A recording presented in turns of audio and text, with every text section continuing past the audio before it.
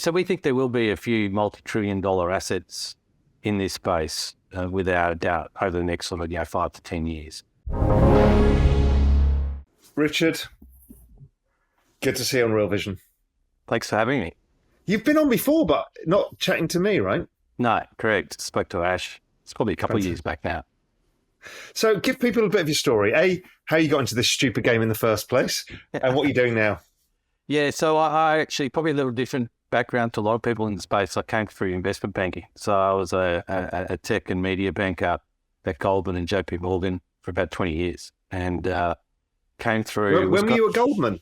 I was at the Australian firm JB that Goldman bought in the early 2000s. And then I left in 2010.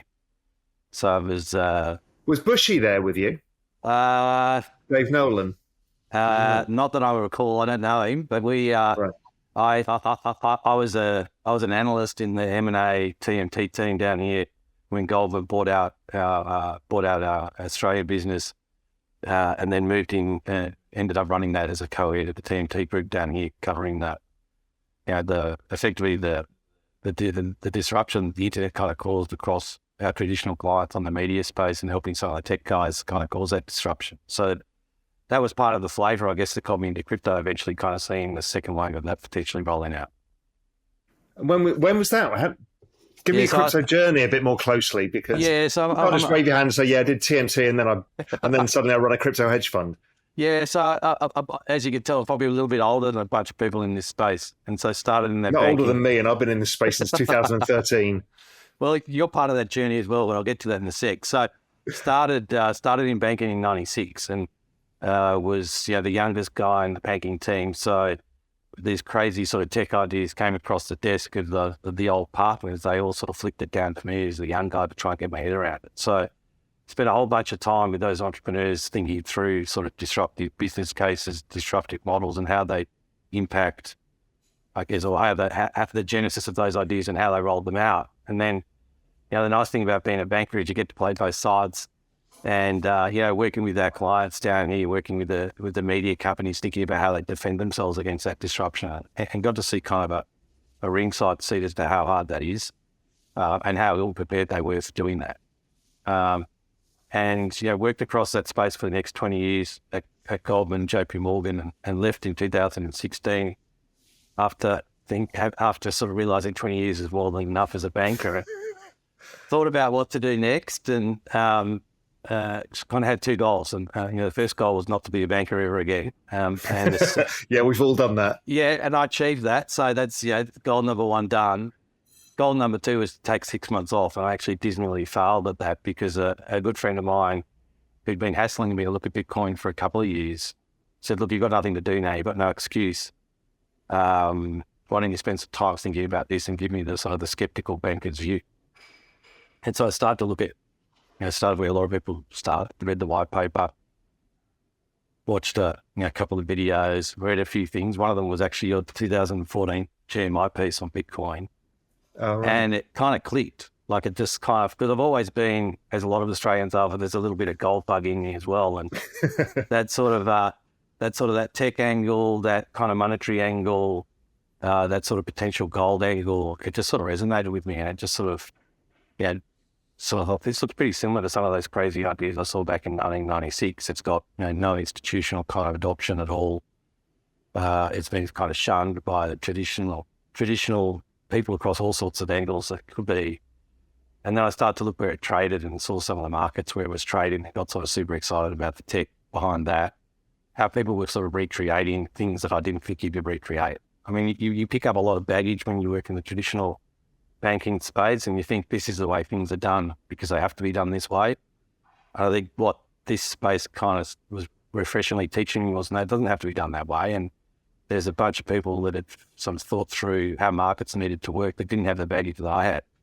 And so they could bring that kind of fresh kind of lens to how things could be done if you weren't encumbered by sort of 50 years of baggage about how they needed to be done. And sort of found it super exciting. And so I started to invest and realised that, I didn't want to take 6 months off. This is what I wanted to do next. So I started setting up the ACM early 2017. And we've been running money since August 2017 across largely venture and our biggest strategy, which is liquid long only. And long only is asking for a stressful life in crypto because we stay long the market, for good or bad. So, I mean, a great time to start and a terrible time to start as well. There's no good time to start in crypto. You're always going to get the drawdown somewhere. So talk me through how that felt. So you get in, you've done your thesis, you know it's volatile. And 2017, you look like a hero for a period of time, I'm guessing?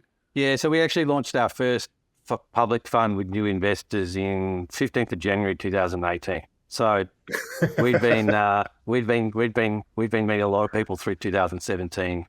We'd raised some money sort of late 2017. We'd actually sat on it because the market was just, as you probably remember, it was pretty insane that sort of November, December period 2017, and we were pretty nervous. And so we made the what we thought was the right call to sit on our hands, which ended up being right. And then, the LPs we were talking to, stayed in discussion with them and said, look, we just want to wait this out, see what happens. And then, the market started to fall pretty dramatically that sort of early January period. And market was off 40% and pretty much the first sort of 2 weeks of January. And we spoke to those LPs and they said, this is what we were waiting for. Let's pull are you going to pull the trigger or not? And we sort of thought, well, Bitcoin was back down up like 13,000 or something. Let's dive in now. We've seen the pullback, and then the market continued to fall another 80% from there. So it was a baptism of fire, but it's a good way to test your conviction. It is. And, it is. First time I bought it, it went up quite a lot and then fell 85%. And once you've gone through that once or twice, you kind of know what it's about. And I think you've got to be able to, with the asymmetry on the upside that this space can have, you need to have that conviction to hold through through those down periods and to kind of look at what's real and what's not, and keep reminding yourself of why you own these assets to be able to make, the full potential on the upside. Right? If you can't, I'm a believer that there's symmetry in markets, and what you can make a lot of money with on the upside, you need to also be prepared to sort of ride on the downside as well. Yeah, there's no such thing as a free lunch. Correct. To get asymmetric upside, you tend to have higher volatility. It's just how it is. How much parallel did you draw from the internet period? Because you saw a lot of this same kind of volatility. I mean, people forget that Amazon was down 97% after IPO, stuff like that. Did you kind of, part of that was your framework is like, I know how new technology adoption works. It's volatile. Yeah, I think from both the market's perspective and both the institutional mindset, it was just so similar. Being that young guy that was sort of diving into what I thought was the internet opportunity back in the late 90s and early 2000s, and talking to institutions about them as they sort of came off through that period that, as we spoke about the Amazon fall and getting all the similar kind of pushback about why, that tech was dead. Why did we ever believe you could make money out of advertising and all those sorts of things, just to sort of see that similar kind of dismissive view on the institutional side as well, kind of made me even more bullish. There's a good parallel down here. There's a business called realestate.com.au. It's an incredible franchise now that basically dominates online advertising to residential retail.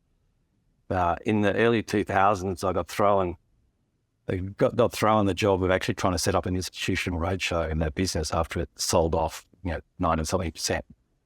And I remember just getting with these ridiculous, just giving this massive pushback from all institutional investors we were trying to help them get back in front of, and just getting told about how ridiculous it was that we ever thought you could make money out of advertising on the internet.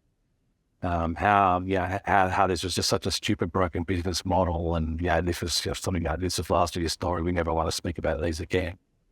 I think that business was trading around about 13 cents a share back then. I think today, I've looked, it's around $60, right? And it's become the dominant franchise. It basically bankrupted a whole bunch of local media players by stealing the entire residential retail advertising market. But it was a good thing to go through to understand how sort of consensus mindset can be completely wrong and very short-term focused, and doesn't understand, I guess, the cycles and the trial and error that disruptive tech has to go through to prove itself. Hey everyone, Raoul's Venture Crypto, it's really my flagship show. It's where I interview the best guests in the world, people you never get on another show. I think it's the best show in macro, crypto, and Web3 combined. In fact, that's what it does. It covers everything. But really, it's all about the revolution in Web3 and crypto. And I'd love it if you got it every week in your inbox. All you have to do is just click on the link below, pop in your email address, and you'll get notified every time it comes out. And you don't miss anything as you take my journey into the exciting new world of crypto and Web3. Thanks. So let's go back to the 2018-19 period. So you've worn the drawdown, you've seen, you've suffered the worst of it. What did you do at the bottom of the market? Did you have any signals, or were you still super nervous holding as much cash as possible? How did you get your conviction back? Because people are going to struggle. I think the market's turned. I think I would call it crypto spring, where it's volatile and it's finding its base and it's squeezy. But Christ, nobody wants to believe it. The final capitulation piece that we saw actually went up to Hong Kong to meet with a bunch of counterparties of people I respected, and there was two funds, there's two investors that had a lot of respect for, that had sort of ridden the journey over the last 2 years with. Both of them, within the space of about 2 weeks, shut down their kind of long-only investing franchise. And they both said to me that there's no money to be made in long crypto. We're just going to move to a market-neutral trading type focus. We don't think there's long-term potential here as an actual investor. We're just going to turn to our trading business. And oddly, that was kind of the flag to me that was kind of the final capitulation piece. These were highly sophisticated guys that had been in the space a number of years. And they were kind of like the last pennies to drop. And I remember we came back from Hong Kong, and I got my TLPs and shareholders on the phone. And I said, look, this really looks like the final capitulation to me. These are people I would never expect to have abandoned the strategies they've been working the last few years. I said, we're in a binary place here. We're either the last idiots in the room that don't get it, or this is the absolute key capitulation flag. And that was late December 2018, and it ended up being the perfect read for us. And we as LPs put a bunch more money into our funds, and then the rest is history from there. Just incredible run from that sort of late 2019 period onwards. So that 2018-19 period actually got more complicated because there was more stuff to invest in, and the real returns would be driven not by Bitcoin any longer, but by finding stuff. So what did you do to navigate the bull market from 2019 onwards? Coming into this space, and also that pullback that happened 2019, it kind of decoupled from equities and everything else and just went down for ages and then finally exploded. Yeah, I think the first half 2019, off the top of my head, I think Bitcoin 5x pretty much from the bottom there, as did a lot of the alts. I mean, our strategy from day one has always been very much focused around a portfolio, and there's going to be multiple $1 trillion plus winners in this space. So we've always believed that this technology is much broader than, say, a Bitcoin or an Ethereum, and the use cases here are vast and varied. And just like we saw in the internet, that disruptive technology chooses kind of subsectors, or to use internet speak, verticals to disrupt. But it doesn't stop at one or two. It moves through an economy over time. It just takes time to kind of earn its stripes. It just takes time to kind of build up the experience, both at an entrepreneurial and engineering level, to sort of move on to the next thing. And so we always had this view that would be how this space would play out, and therefore we need to be positioned across a whole lot of opportunities to benefit from that. 2019 period was really the validation from my perspective around, having said that, Bitcoin was the dominant sort of play through 2019. If you look at the market, I think Bitcoin was up 100% 2019. If you remove Bitcoin, the market was almost exactly flat. So it was kind of the only place to make money. And we'd actually sort of made the call that would be the sort of proving ground. That is what would happen in 2019 as the selling sort of stopped, and we slowly saw money come back into the space. Bitcoin would rise in liquidity, and we'd finally see that sort of institutional type adoption as it went from as that sort of realization changed from it's not going to zero. The return profile looked pretty different, right? As soon as you take that out of the equation, the risk reward looks a lot better. And there's some hedge fund players like the Paul Tudor Joneses and that of the world that sort of picked that up first and really started to run with that. our view was that as people realised that was the case, and as it started to take up that position that you kind of first saw back in 2014 about this alternative asset within the sort of macro stack, we'd see a pretty big re-rating as we started to see more liquidity, because as it gets adopted into the macro stack, it needs to get more liquid to sort of suit people like that trade with those sorts of quantitative assets. The only way it can do that, given supply is constrained, is to go up in price. And that's kind of what we saw through 2019 and early 2020 is we saw that sort of particularly that sort of macro hedge fund adoption. We saw substantial re-rating of Bitcoin as it sort of led the pack, and that sort of that attracted capital and proved to the wider world that this was an investable asset class that wasn't going away. Did you figure out Ethereum early on in that? So was Ethereum part of your strategy early on, or did you catch on to it later? Yeah, so Ethereum was actually the first asset that I'd invested in off my own balance sheet from day one. So the first experience, the way I built conviction in the space after sort of doing that preliminary work and getting that sort of the kernel of the idea that there was something here, was to try and bring it back into the world I guess I'd come from, and try and put some metrics around it, to try and understand, what's the upside here, and what's the value disparity between where it could get to. And so, after I'd spent that sort of first initial 2 week working through the space, I actually sort of stood back, took another 2 or 3 weeks, and actually built a full model of Ethereum, sort of, leaning back on my banking experience, the sort of model that you'd build for an M&A deal or an IPO or a fairness opinion, and spent a few weeks trying to sort of bring this new tech back into the old framework that, I'd been taught at those investment banks for 20 years. And everything I did around valuing that asset using a whole bunch of different metrics and approaches, of which, there's a lot of art, not all science, because it's a new asset class. And, how do you actually sort of build a P&L and a cash flow type approach to these sorts of assets? Everything I did at that point pointed to Ethereum being worth about $130. And this is, early 2017 when it's trading at single digits. And I stress tested that model for weeks and I just couldn't find a hole. And so that's actually just following that that was the final piece that gave me full conviction that it feels right at a thematic level, and the value is just wrong here versus where these assets can be. And so made a pretty substantial personal investment in Ethereum, and that's when I started to sort of set up this business over the next year, putting the pieces together to launch DACN. So let's wind forward to now. It's been a shit show of a year. I mean, everybody who could have blown up, anybody who was offering any sort of leverage on top of anything got blown up, which is interesting because we kind of built the old banking system all over again and then blew it up all over again, because it's never good to build leverage as your business model on an 80-vol asset, which I think everyone has now learned because you go bust really fast. What are you looking at now? Where's your head at in terms of where this market is? Where does it feel like? Yeah, I think we look back at we look back unashamedly, leaning upon that sort of internet experience to think about the development of the tech here, and we think we're at that sort of interesting crossroads of that sort of dial-up to broadband type leap that the tech needs to make.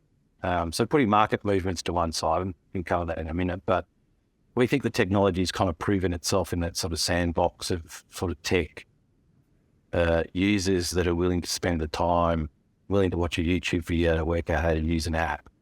And we think it's proven itself that it can add utility in that sort of framework, and it can recreate a whole lot of services and can create a whole lot of new ones, and create that sort of disruptive tech. But we're at that point where it needs to sort of make that jump, just like the internet did back in sort of the late 90s, early 2000s, to reach that sort of mass market. The people that just want to use a product because it's got more utility, rather than, it's a blockchain or it's this or that. They just want to be able to point and click and have one app that's better than the one they've been using to do something for 5 years. And so we think that tech is an exciting sort of inflection point where it sort of scales now from the hundreds of thousands of millions of users to the hundreds of millions of users to billions of users, where it needs to now start wrapping that sort of that much better user interface, much faster, much more sort of point and click type usability, and use that sort of infrastructure and the capacity that we've been building for the last few years to really sort of scale to that next sort of step. Now that's a that's a hard leap to take, and that takes time and that takes a lot of experience. But that's kind of the hard yards I think the entrepreneurs and the engineers in the space have been doing over the last sort of 2 or 3 years, building that skill set to then launch at the same time as we've been building multiple blockchains to provide the capacity we need to offer these sorts of services and capability. And I'm trying to think through the kind of future of the blockchain space. We probably don't know all the top 5 incumbents in several years' time, in 5-10 years' time, but do you think it's going to be the typical distribution where one blockchain has 80% and it scales down, or something like that? I mean, what's your working hypothesis in your head of what it looks like? Because it's unlikely, because we've seen all technology, it tends to accrue to a few, whoever that is. Yeah. So we think there will be a few multi-trillion-dollar assets in this space, without a doubt, over the next sort of 5 to 10 years. We've always had a view that we've always been focused largely around proof of stake, because we always thought that would be the future. Not that we think Bitcoin will ever change from being proof of work. We just couldn't see a world where we had multiple multi-trillion-dollar blockchains all relying upon proof of work type consensus and the resources that requires. So we've been an early adopter and we've run infrastructure on proof of stake chains. We used to run a Dash Masternode and others. It's way back when in 2017. So we've always thought there'd be multiple blockchains, and that those blockchains would effectively form a specialization.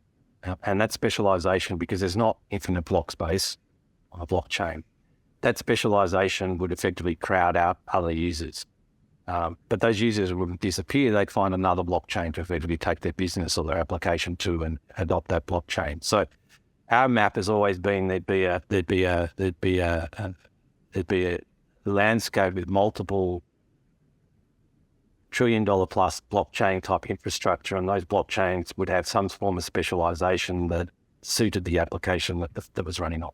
And you look, even Bitcoin's an example of that, right? So as a store of value, as a chain, as an asset that you effectively want to be able to keep in a vault or however you store your private keys, you don't want that asset longer term to change, right? Like, you don't want to have to take your seed phrase out of the vault and be faced with a technology that's completely different than when you put it in the vault, or there's undergone a whole lot of forks across that journey and taken a whole lot of potential new attack vectors into that asset, right? So in a way, Bitcoin's success as a store of value, as that sort of that highly liquid sort of macro stack asset, also means that it doesn't change and it can't progress aggressively, because the holders don't actually want that to happen.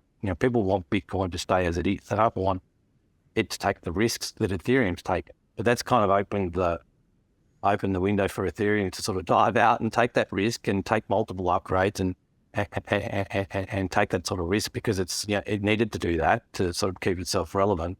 That's the culture of Ethereum, and that's it sort of filled that void about, well, how can we change this to allow all these certain different things to be built, and it's always been in Ethereum's interest to take that risk. Now, Ethereum's then been super successful at DeFi, which was a thing we identified would be that sort of first use case that crypto would really sort of prove out, just like sort of media was for the internet.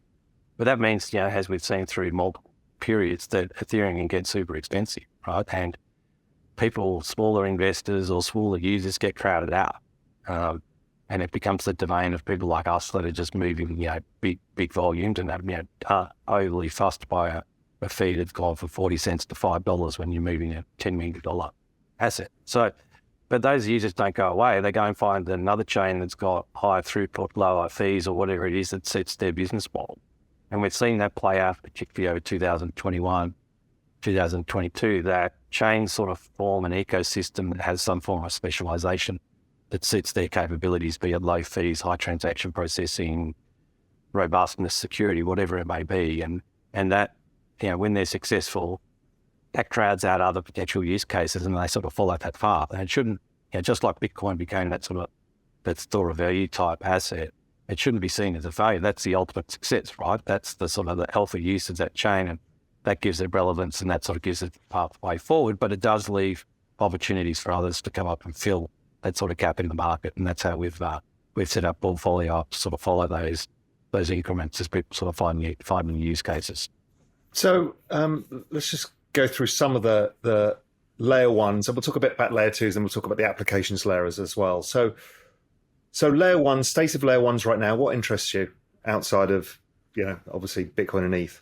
Yeah, I think we've been long-term holders of Solana and Cosmos Atom. So we think that in that view of that multi-chain view of the world that we have, the assets you want to own are assets that bring something different to the table. So, whilst we think there's a future for multiple EVM chains out there, we've deliberately chosen Ethereum, Solana, Cosmos Atom and that ecosystem as those three representations of those different attributes that people will be looking for over time. And all three of those chains are very different in terms of, their tech and in terms of the use cases that they're best suited for. And so we think that's a good representation for us to sort of express that view of a multi-chain world where apps look for those sort of different attributes to build upon.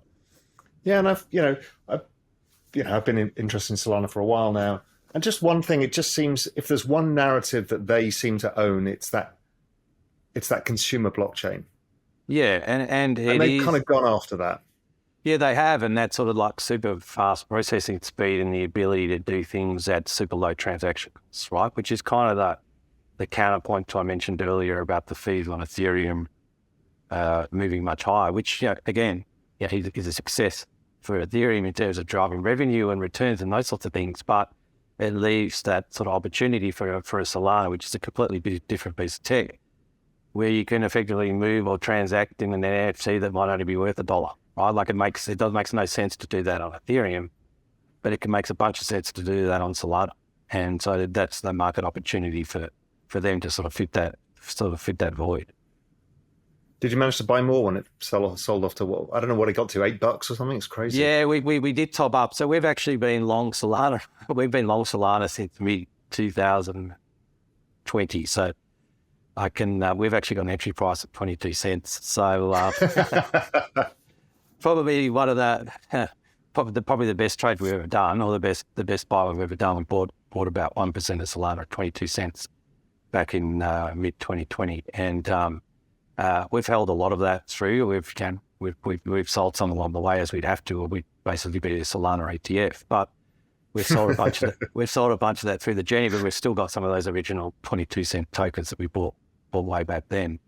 We did actually, for the first time, buy a little bit more, sub $10. We missed that sort of $8.750, but we got a little bit pulled back in single digits. It was just the perfect crypto example of how extreme the noise can be.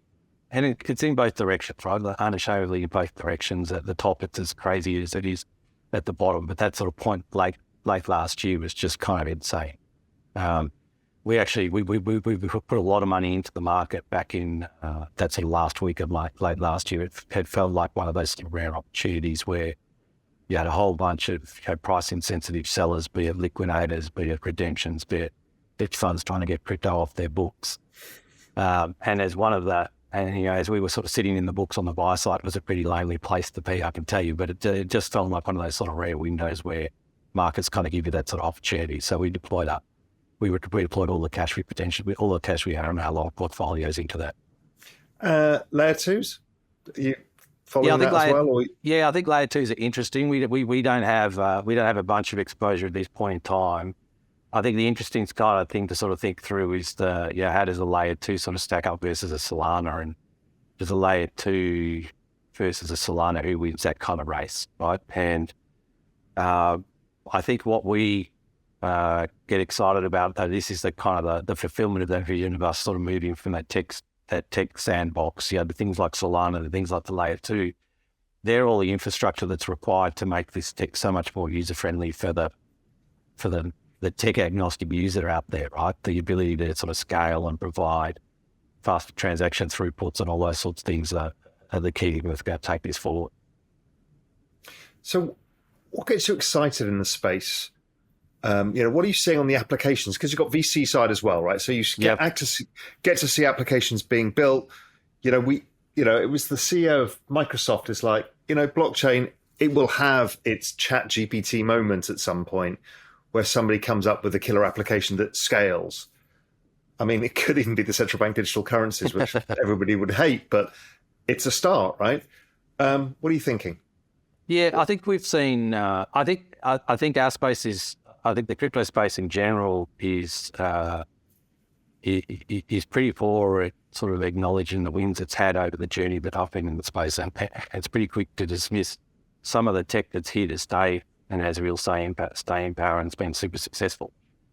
The first one of those that I'd put in that sort of category is stablecoin. Well, I don't think, and you'll probably get it given your background, but I don't think most people in crypto understand just how groundbreaking stablecoin tech and what is, unashamedly an unsexy use case, but just how incredibly disruptive that is. As someone that's grown up in this part of the world and spent a whole bunch of time through Southeast Asia and other jurisdictions, I don't think a lot of the world gets that, how difficult it is for small users to access US dollars. And so the ability for a small user or an investor or whoever they may be in a small Southeast Asian country has never had access to US dollars or a US dollar type bank account before stablecoins came along.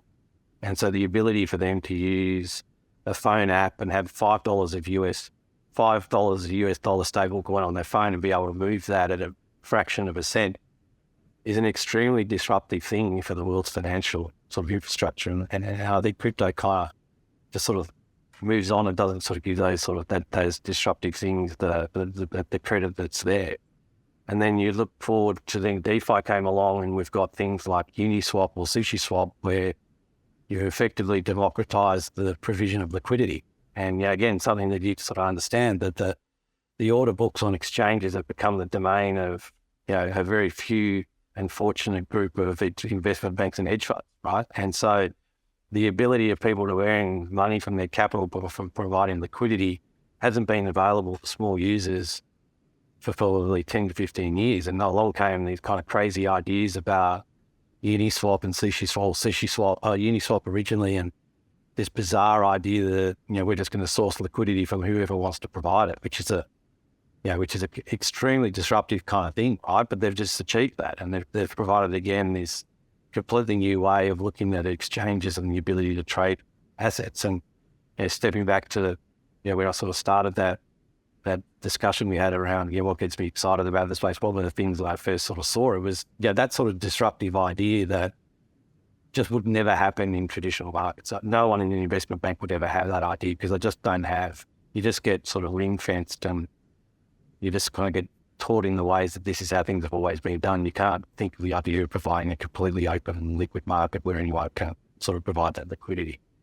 And then we come to our sort of latest iteration through the cycles and this idea of things called NFTs, right? And again, it's just a validation, I guess, of our original view that this space has been really good at bolting on new use cases as it sort of moves through time, like any disruptive tech does. We start with Bitcoin and that sort of transfer of value. We move to stable coins and ERC20 tokens. We move to DeFi, and each one of these is getting more complex, right? And more complex and more potential revenue generating activity. We move to DeFi, which proves that you can build complex apps using this technology. And then we have this sort of crazy left field idea around NFTs that just sort of seems insane at the start, but we've now bolted that on as a huge potential use case that has a whole bunch of new kind of users to the space and a whole lot of new sort of applications possible in the space of a year or two. But again, there's also a failure of imagination, right? Because everybody just sees what it is. So it starts with like punks and like nobody really cares, and there's generative art going on. They think it's an art thing. Then it's a bunch of monkey JPEGs, and everyone's like, well, it's just a bunch of blokes all getting together and buying this stuff. But it's actually none of those. It's all of those things and none of those things. It's the ability to have a contract, an individual contract, which gets stored on the blockchain and is transferable and proven ownership. And that, to me, sounds like the biggest scalable thing you can imagine. Correct. And I mean, that's the core genesis of everything that this tech is here to achieve. And you'll get these crazy use cases, as you said, a monkey JPEG to a stable coin. But the genesis and the underlying kind of, I guess, the underlying sort of core thesis that makes them possible is exactly what you mentioned. And it's a completely scalable idea, and that, that's what we got excited about when we build our portfolios, the applications that's where that can add value and add utility and disrupt, always limitless. just like the internet started off as this technology where you could see these kind of tech guys writing these blogs and posting them on the internet for anyone to read, which back then was a hugely disruptive idea. And I remember going down to internet cafes, I'm that old, where you pay a couple of bucks, get a coffee and get an online connection and a computer and read this sort of blog that was not hugely informative, but you were kind of excited about the tech, probably more so than the content. And then we saw this sort of revolution of sort of broadband that suddenly made that content actually real and live, made it better than the other solutions that are out there. And we went from this sort of paper that got delivered to your door every day to this, what started out as a blog then became a newspaper that suddenly had colour photos updated every couple of minutes and then started to have video. And that was that kind of that step that we were looking for, where the utility just drags the users as opposed to the tech. And that's the sort of the disruptive potential. But then you look at that and you go, well, it didn't stop there. It's completely remade things like supply chain, right? Like disruptive tech just doesn't find one sector and stop. It works its way through an economy. And I guess the example we use is it's kind of moved from blogs to supply chains in the space of like 15 to 20 years, completely remade the world's economy. And the complexity of that one person blog to that supply chain integration is insane, but that takes time, and that's the way disruption works through an economy. So where's your hunch where it comes from? Because I look at DeFi. DeFi is amazing, completely unusable to the average person. And if you try and simplify it, you create CeFi, which ends up blowing up because you're sourcing leverage in different ways. A lot of this stuff is still unusable. Even Uniswap, amazing, but it's just not easy. So where do we get to the point where it suddenly becomes just an intuitive way of moving stuff around or staking stuff or doing whatever it is that you want to do? Because we're so far away still from that. Yeah, again, we are, but then, I think about how much better it is than it was in 2017 as well. And I think you've got to build the infrastructure before you build the usability. And I think that's the stage we've been going through. I think Uniswap's a good example of that. The infrastructure and the ideas being fleshed out and built and is quite incredible. And then on top of that, now you have Uniswap launching a new wallet, which I haven't used as yet, but I think was in the market about 3 days ago, or open to users about 3 days ago. The ability for that wallet now to abstract away a lot of the hard things that are in Uniswap, I think, is the next stage that we're really excited about. And there's a bunch of things we've invested in on the VC side and where we're starting to see that same sort of, focus around, let's take it from that tech that's harder to use and let's make it so everyone can use it. And, there's an investment we've made in a project called Bioconomy that's looking to do exactly that through things like cashless transactions. A good example is like people in crypto have got used to or understand the concept that, when you're transacting on the Ethereum chain, you need to have this thing called ETH in your wallet before you can do that. And that's that's fine. We just take that as understood. But to your point, to a new user, it's like, why do I need something else in my wallet to send a US? How do I get that thing? Yeah, how do I get that? Why do I need that? What's this ETH thing? Why do I need that first before I can send that? And, projects like Bioconomy, and there's a whole bunch of other people focusing on similar sorts of things that said, well, why don't we extract that away? If you've got US dollars, you should be able to pay fees in US dollars. And why don't we write some capability to effectively convert a small part of that transaction to ETH so that the user doesn't need that? And it's just simple things like that that take away some of the complexity that to a person that's, loves the tech and is involved in the space seems like just a given. But for a new user, it's just a complication they don't need. And that's where we see a whole bunch of growth now. And that's not completely dissimilar to how the internet revolution kind of happened either. You're going to build the framework and the infrastructure first before you focus around sort of scaling that and usability on top of it. Yeah, I'm really interested to see what Coinbase does with this new wallet. You've seen this wallet as a service idea. Yeah, I think that's sort of interesting. I think Coinbase is from our perspective, like we don't invest in equities and of course, but Coinbase, we're a customer and a user, and we're actually a pretty big fan of their business. We think they're in a really good spot. I think what we've been through over the last sort of 12 to 18 months is a validation of that public market, the path they've gone down in terms of disclosure and auditability and those sorts of things. And, from my perspective, having lived through the financial crisis, I sort of feel like they're in that sort of JP Morgan spot, right, where they can sort of build that sort of fortress type approach they're sort of real institutional kind of fortress where people like us go to because they've got the balance sheet, they've got the disclosure that their peers don't have, and so I think they're really well placed. It's now then scaling that opportunity using both their retail base and their institutional base through things like their wallet that they're rolling out. So we actually think they're taking that. We think they're in a pretty good spot at the moment for the next few years. Yeah, I do too, because you've taken out all the competition. These guys have capital, are innovating. They've hired really smart people. The guys who run the institutional business, I chatted to them yesterday, interviewed them yesterday. Just good quality ex-JP Morgan, ex-Goldman guys, really know what they're building. And then they're building the applications layer. They've got their own layer too. It's like, you guys are really doing something different now. Because people thought of them as just another retail broker. They're nothing like that at all. No, and I think we think the service they give to us as an institution in the space is sort of first rate. To your point, the people on the other end of the line understand our business perfectly and sort of help us out and add value exactly where you'd expect a sort of sophisticated institutional salesperson to be. I think their disclosure, their ability just to be a public company with audited and disclosable accounts, as small a hurdle as that is, it is a big deal in crypto, right? Like, and look, running institutional funds in this space, I understand how complex and how hard it is actually to get audits in this space. And so I don't, it's not a lack of will on a lot of people's part. It's just extremely hard to get auditing firms engaged and committed in this space. And through both history and I guess persistence, Coinbase is in that spot, right? And they've got GAAP audited accounts by a Big Four auditing firm, and they've got a NASDAQ listing. And so, when I have discussions with institutional investors about, how do we manage custody, we use Coinbase, and I can give them those accounts to say, this is the counterparty that we've got risk against. And, as odd as that is, that's kind of the only one you can really do that for in crypto at this point in time. And that's a key differentiator for them, I think, going forward. How do you deal with, you're mainly long only, so you're not multiple different types of trading strategies, but how does this hedge fund market deal with the fact that there's one derivative counterparty, which is Binance? Basically, I think it's fine for you. You've got Coinbase, right? You've got Coinbase Prime Broking.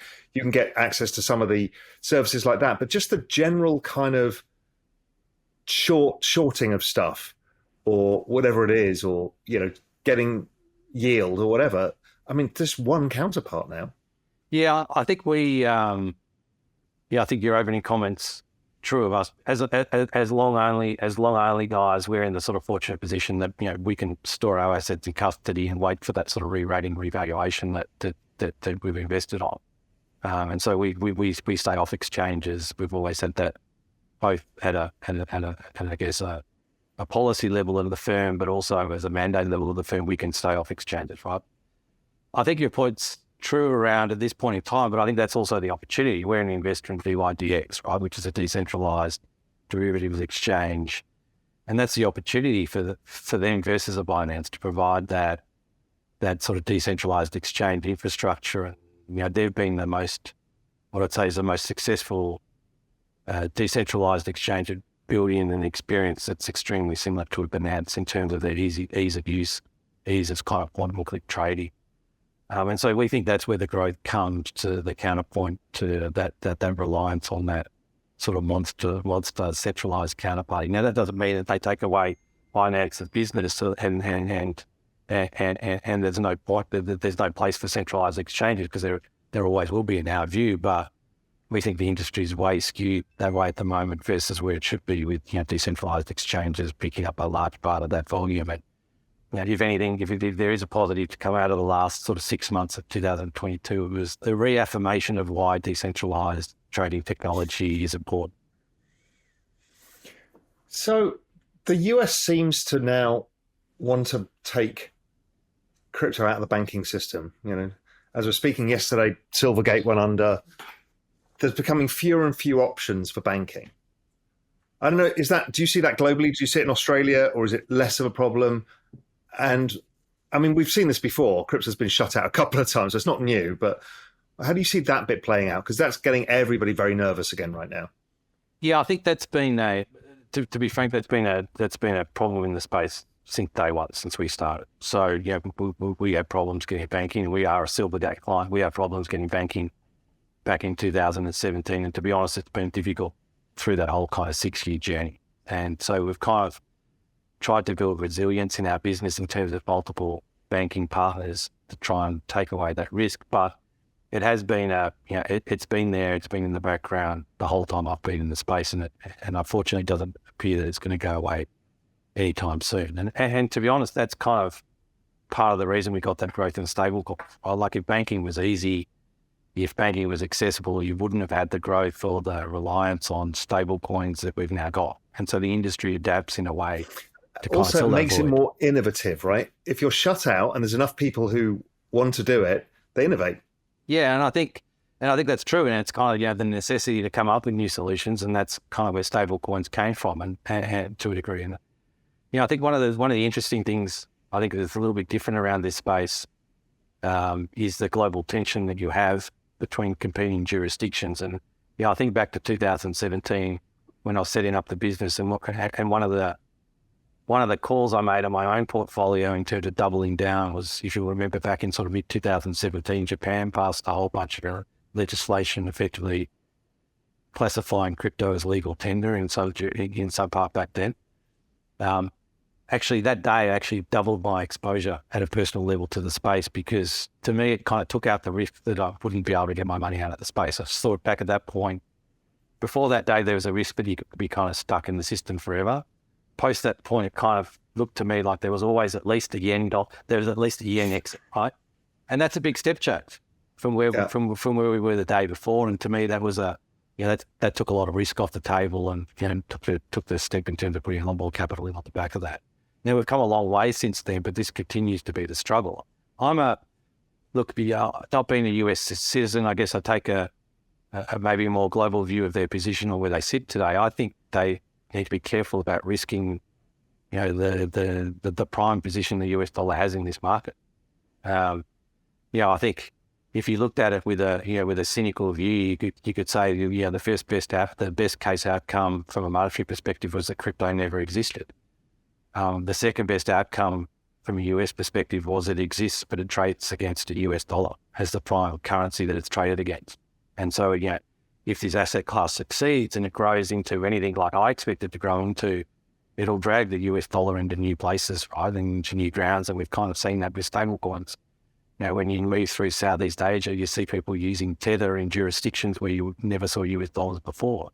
In a way, it's been that sort of first wave of pushing the US dollar into new markets. And let's be frank, they need new buyers of US dollars given the deficits that they're running.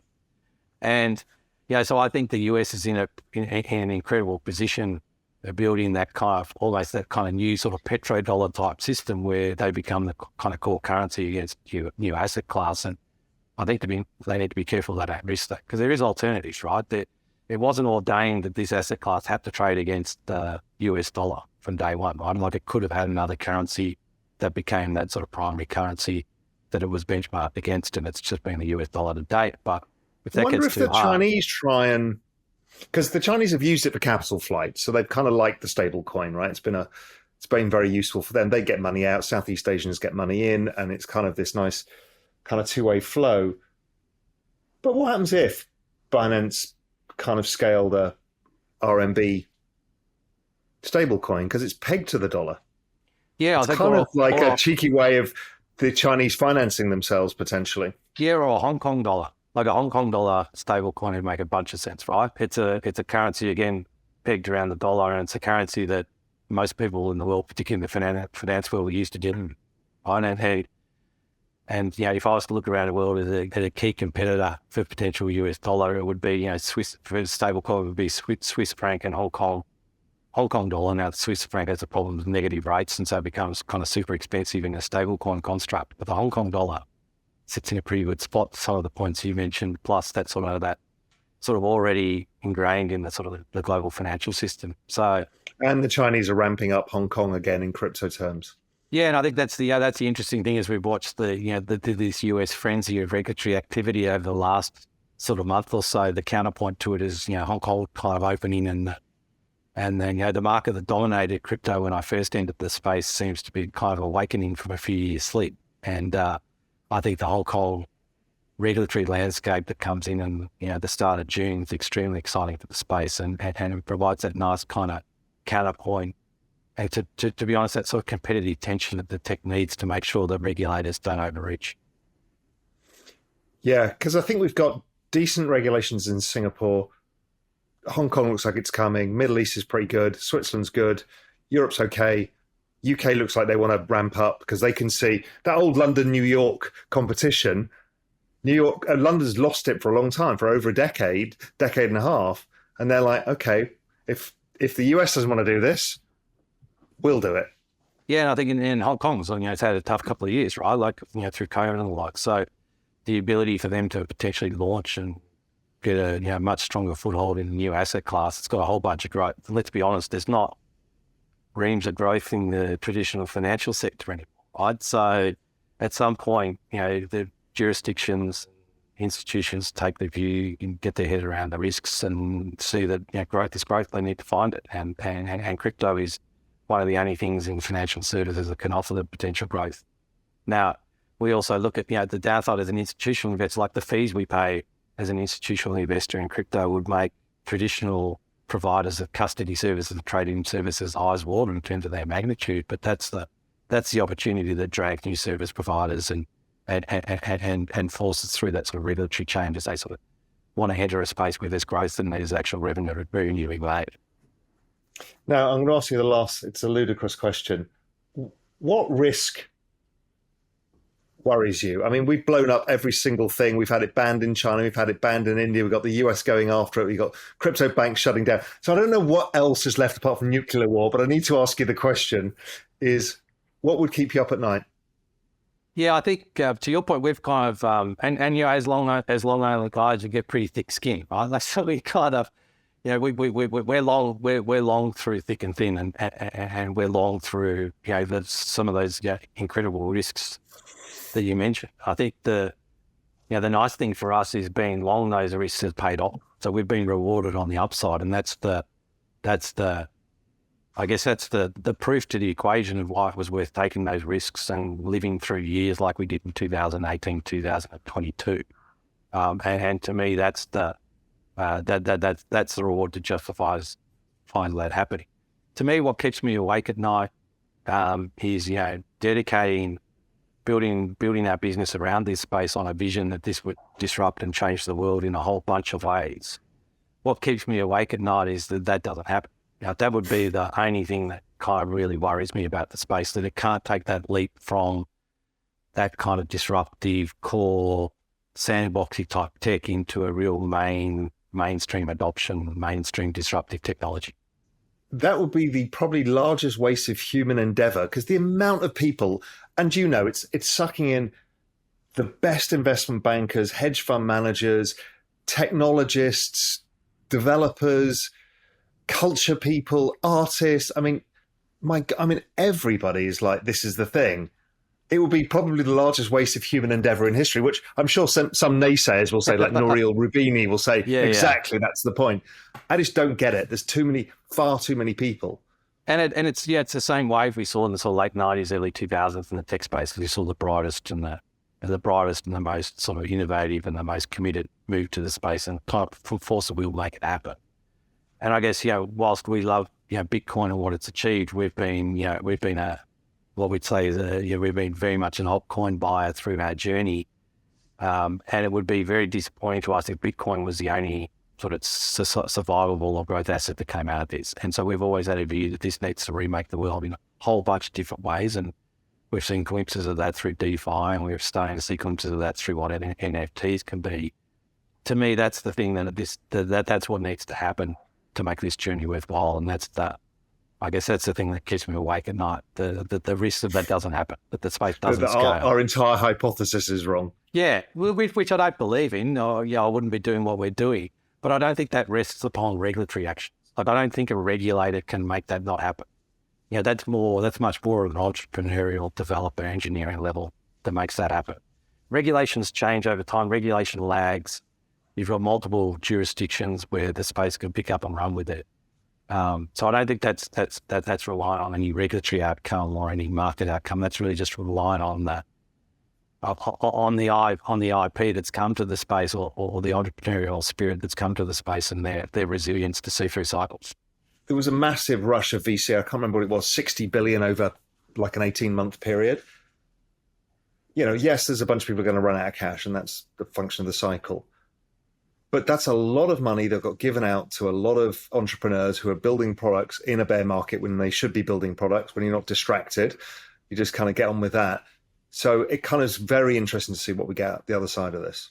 Yeah, we've been excited about the flow we're seeing on the VC side in terms of new ideas and new entrepreneurs coming to the space. I think, in a way, crypto had a pretty bad 2022, but it wasn't Robinson Crusoe, right? Like there's a Web 2 didn't have a great year either. So the relativity to take the leap from Web 2 to Web 3, which is where a whole bunch of entrepreneurs come from for the crypto space, the relativity stays as good today as it did back in 2021. Because that job you've got at Snapchat or Facebook or wherever, your stock's down 80%. So yeah, and your job security is not what it was 18 months ago, right? So that entrepreneurial spirit, that sort of push to take that leap, is as strong, if not stronger, where crypto is today, where prices are today, even where it was, say, 18 months ago. And so we've seen that continued flow of entrepreneurs running to the space. And you've got that whole ideological overlay that people miss. And, that's an important part for an old guy like me to make sure I stay across. And we do that by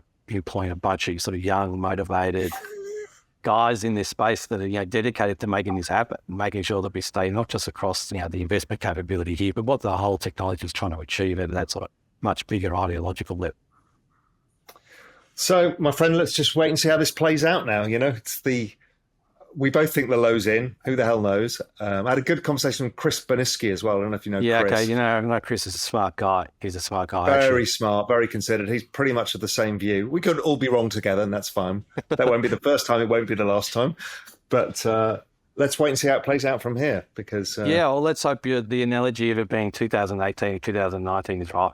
Because 2019, 2021 was a pretty incredible period to be an investor. I do a shit ton of work on all of this kind of stuff, and it maps a lot between 2015, 16. That start maps very well to this. I did build a lot of kind of models around this stuff. I use a lot of liquidity analysis, M2, year on year, rates of change, all of it. I mean, I've got every signal I could possibly ask for. And I managed to buy, luckily, in June and again in October. And so kind of just have to sit and wait now. I haven't got any more money to put in. So, just has to do what it does. I think what we want the space to achieve this time is to attract capital through returns, not necessarily just momentum, right? Like it's things like Ethereum trading on a yield of high single digits as activity picks up, that forces investors to buy it. And it's not just a call on price movements, it's a call on actual underlying return and revenue, right? And that brings the big wallets to the space, and that's where you start to see a more sustainable, probably less volatile, but much more valuable market. Yeah, I mean, that's a whole other conversation, but ETH staking is an amazing thing. But the issue is in a bull market and a lot of activity on ETH, it becomes incredibly deflationary, and it's priced. You could have price dislocations to the upside in ETH at some point in the future. Yeah, I think that was for us, the merge was, as an investor, was an incredible achievement, both at a tech level. But that was when I built that model of Ethereum back in 2017, 18, that was kind of the vision of where I could see this space going to from a financial perspective, where you could see these tokens become this revenue generating cash flow type, cash flow model type driven asset. And they'd financialise over time. And that's what we've seen with ETH, right? It's effectively, to your point, got a constant buyback in those periods. And that's that sort of return of capital. And we've seen this, what's moved from just being a pure velocity token now to being a cash flow driven, easily modelling type token that we've got today. And that opens it up to a whole range of new investors, right? That's a whole range of different wallets that can buy that sort of asset now. Totally agree.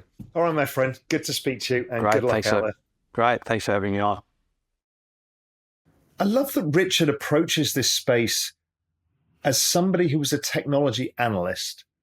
So he kind of abstracts out all of the memes, all of the shouting, all of the stuff. And it's like, well, first we build the infrastructure layer. Some of that doesn't work. The stuff that works, that builds up and grows. Some people see problems and then create new infrastructure layer to build out that too. So it's this iterative process that builds out the foundations, and then the Cambrian explosion of the apps and everything else comes. And he thinks we're at that moment now. So really interesting to hear his perspectives from the different way that he approaches this. And we'll just have to see how it plays out. Hey visionaries, thank you for tuning in. For more free crypto content like this, head over to realvision.com/crypto. You'll get early access to the most brilliant minds in the space to cut through the noise, get in-depth analysis, and get you ahead of the curve with unbiased insights.